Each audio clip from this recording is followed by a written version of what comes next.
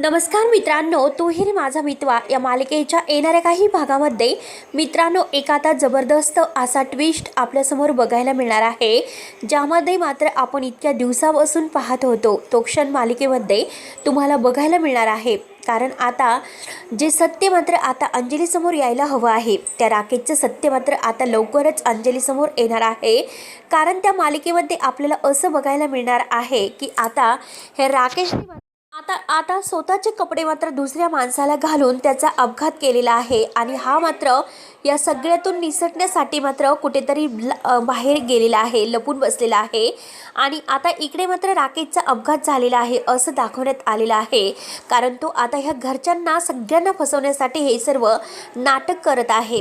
कारण आता त्याने हा एक असा डाव रचलेला आहे आणि त्या डावामध्ये ईश्वरी आणि अर्णव अडकावे यासाठी यांनी हा सगळा ट्रॅप रचलेला आहे। तेव्हा राकेशचा हा ट्रॅप मात्र आता शेवटी रिया ओळखणार आहे, कारण रिया हॉस्पिटलमध्ये आलेली आहे आणि हॉस्पिटलमध्ये आता जो माणूस मृत्यूशी झुंज देत आहे, कोमात गेलेला आहे, तर तो राकेश नसून दुसरा एक व्यक्ती आहे हे मात्र आता पुराव्यासहित सिद्ध होणार आहे।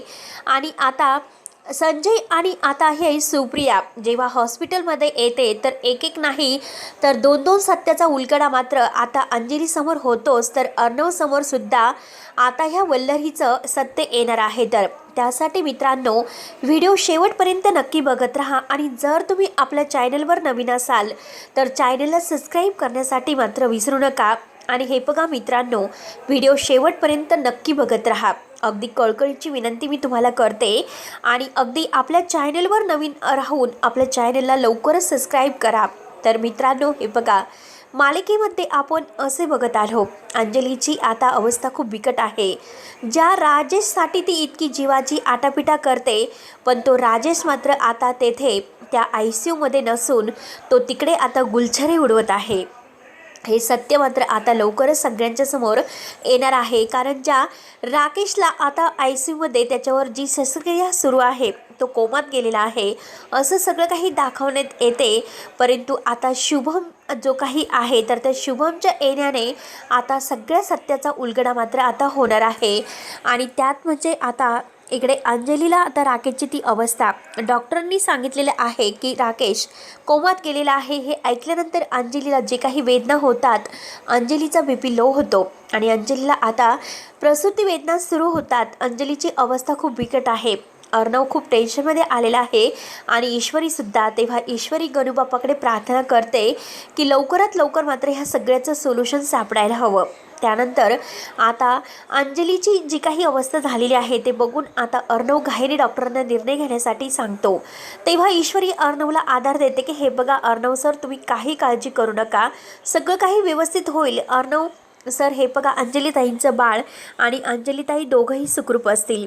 आणि आता ईश्वरीने गणूबाप्पाकडे प्रार्थना केलेली आहे, हात जोडून आता अगदी त्यांनी उपवास धरलेला आहे, एक कडक व्रत त्यांनी अंजलीसाठी केलेला आहे। त्यानंतर मात्र आता अर्णवसुद्धा देवाला हात जोडतो आणि देवा, आज मी तुझ्याकडे अगदी भीक मागतो माझ्या ताईच्या जीवाची आणि तिच्या बाळाची। अर्णव सरांनी सुद्धा हात जोडलेला आहे देवासमोर आणि अर्णव सर देवाला हात जोडून आता अंजली ताईच्या जीवाची अगदी भीक मागतात। आता ईश्वरीला असं अगदी वाईट वाटतं, कारण आता इतकं वाईट वाटत आहे की खरंच आज हे काय होऊन बसलं। तेव्हा आता डॉक्टर बाहेर येतात। अंजली ताईला एक छान असं गोंडस बाळ झालेलं आहे हे ऐकून अर्णव आणि ईश्वरीला इतका आनंद होतो, त्यांचा आनंद गगनात मावेनासा होतो। छान अशी गोंडस मुलगी झालेली आहे। आता मात्र कधी असं त्या मुलीचा चेहरा पाहिल असे अर्णव आणि ईश्वरीला झालेलं असतं, कारण या बाळासाठी आत्तापर्यंत त्यांनी त्यांच्यावर जे काही अंजलीने आरोप केलेले आहेत ते सगळे आरोप मात्र ते सहन करत आलेले आहे। तरीसुद्धा आज ही अंजली जेव्हा शुद्धीवर येते तेव्हा आता ती मात्र आपल्या अर्णव आणि ईश्वरीला ते बाळ घेण्यासाठी नकार देते। परंतु आता त्याच वेळेस ईश्वरीला आता खूप वाईट वाटतं। परंतु नम्रता आता घरी येते, तर नम्रता घरी आल्यानंतर अंजली ताईंची डिलिव्हरी झालेली आहे आणि छान अशी गोंडस बाळ त्यांना झालेलं आहे हे मात्र आता नम्रता घरी आल्यानंतर सांगते। त्यावरती आता सुप्रिया म्हणते की हे बघा, अहो माझा पायच राहत नाही, कारण मला असं वाटतं की आपण त्या राजेशला भेटायला नको, त्या राकेशला, परंतु अंजली ताईंना आपण भेटायला जाऊया. त्यांना इतकं छान गोंडस मुलगी झाली, मग आपण त्यांना भेटायला जाणं हे आपलं कर्तव्य आहे. तेव्हा संजय म्हणतो की ठीक आहे, आपण एकदा अंजली ताईला भेटून येऊयात, कारण तिच्या बिचारीची काय चूक आहे. तिचा नवरा तिलाच फसवतो. आता हे सत्य आता काही न झाले तरी आपल्याला तिला समजायलाच हवे. आणि त्यानंतर सुप्रिया शुभम कर आहे तर तो सुप्रियाला आणि संजयला घेऊन मात्र हॉस्पिटलमध्ये येतो. आता हॉस्पिटलमध्ये आल्या क्षणी आता नम्रता ही शुभमकरला म्हणते की तू इथे आलास. तेव्हा आता शुभमकर घाईने ईश्वरीला घट्ट मिठी मारतो. ते बघून अर्णवला राग येतो. अर्णव म्हणतो की तू कोण आहेस आणि का मी सिंदूरला मिठी मारतोस. आता मात्र अर्णवला इतका राग येतो, रागाने तो शुभमकरचा हात धरतो आणि त्याला बाजूला करतो. त्यावरती आता ईश्वरी म्हणते की अर्णव सर प्लीज प्लीज समजून घ्या, अहो तो माझा मित्र आहे आणि हे बघा तुम्ही काही काळजी करू नको, तो लहानपणापासून आमच्यामध्ये राहतो आणि इतक्या दिवसातून तो आला आणि आता इतक्या दिवसातून आल्यानंतर तो शेवटी मला भेटला, त्याला आनंद झाला. त्यावरती अर्णव स्वतः शांत होतो. त्यानंतर आता अंजलीकडे जेव्हा आता सुप्रिया आणि संजय येतात आणि त्यांच्यासमोर मात्र अंजली ईश्वरी आणि अर्णव या दोघांना बाळ घेण्यासाठी नकार देते, कारण यांच्यामुळे आज माझ्या राजेशची अवस्था अशी झालेली आहे. राजेश यांच्यामुळे कोमात गेलेले आहे, ह्या ईश्वरीमुळे, असे भलते सलते आरोप मात्र आता हे ईश्वरीवर केले जातात. आता संजयला काही राहवत नसतं, आता संजयला राहवत नाही आणि त्याच क्षणी मात्र आता संजय बोलून जातो. ज्या नवऱ्याला तुम्ही इतकं देवासमान मानतात त्या नवऱ्याने काय असे गुलछरे उठवलेले आहे तुम्हाला काय माहिती. आणि आता संजय आपल्या मोबाईलमधील जे काही आता ईश्वरी आणि राकेश यांच्या साखरपुड्याचे फोटो आहे तर ते फोटो मात्र अंजलीला दाखवतो आणि ते फोटो दाखवल्यानंतर अंजलीला धक्का बसतो. आणि संजय पुढे म्हणतो की हे बघा, जरीही तुमचा विश्वास बसत नसेल तर आज मी तुम्हाला असं एक सत्य सांगणार आहे की त्या सत्याने मात्र आता तुमचे अगदी होश तर उडतील. कारण माझी जी अवस्था झालेली आहे तर ती केवळ तुमच्या नवऱ्यामुळे, तुमच्या नवऱ्याने मात्र माझा इतका मोठा अपघात केला आणि आज मी आता या खुर्चीवर ह्या अवस्थेत मात्र तुमच्या नवऱ्यामुळे आहे. जो काही नवरा तुम्हाला इतका देवासमान मानतो म्हणजे वाटतो तर नवरा खरंच दिसतो तितका साधा नाही.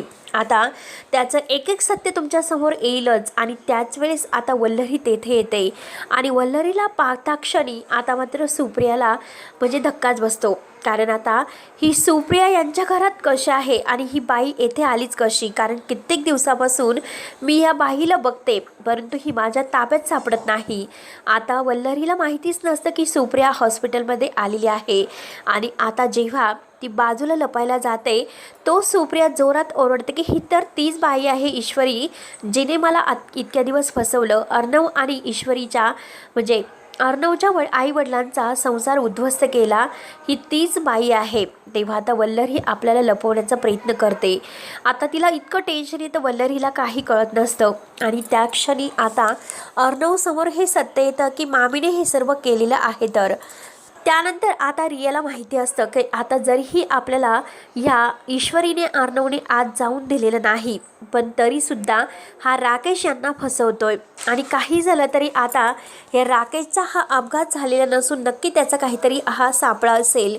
म्हणून मात्र रिया आता तेथून जात असते, हॉस्पिटलमध्ये बघते, परंतु रियाच्या लक्षात येते की नक्की हा राकेश नाही.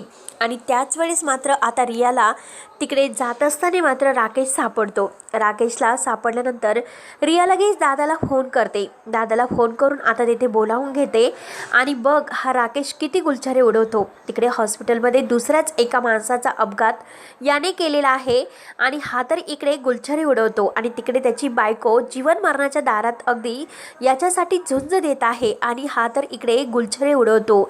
त्यामुळे त्याला आता पकडा आणि हॉस्पिटलमध्ये घेऊन चला. तेव्हा आता ईश्वरी आता इकडे देवाला हात जोडून प्रार्थना करत आहे की अंजली ताईंना सत्य एकदा समजू दे आणि त्यांचं बाळाची अगदी तोंड पाहण्याची आमची खूप इच्छा आहे. ती सगळी काही इच्छा आमची पूर्ण होऊन दे आणि देवा लवकरात लवकर अंजलीताईंना सगळं सत्य कळून दे. आणि त्या क्षणी आता ह्या राकेशची गचंडी धरत रिया आणि दादा मात्र हॉस्पिटलला आलेले आहेत. आणि ज्यासाठी तुम्ही इतकं रडतात तर तो इकडे आहे आणि तिकडे मात्र दुसऱ्याच एका व्यक्तीचा अपघात मात्र आता केलेला आहे.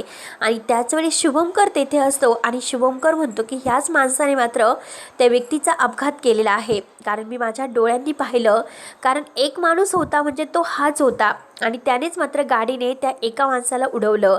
आणि त्या जे काही कपडे वगैरे आहे तर ते सगळे मात्र आता ह्या राकेशने आता त्या माणसाला हाताशी धरून अगदी त्याच्याशी गोड बोलून आपले कपडे त्याला अगदी म्हणजे घालायला दिलेले असतात.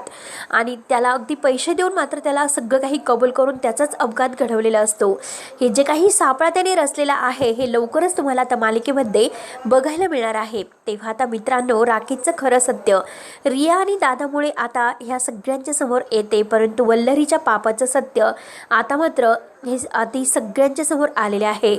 त्यामुळे एक एक नाही तर असे सगळे सत्य मात्र आता ह्या हॉस्पिटलमध्ये सगळ्यांना कळणार आहे. तेव्हा आता मित्रांनो, पुढे नक्की काय होतं हे बघायला विसरू नका. तोपर्यंत मात्र धन्यवाद.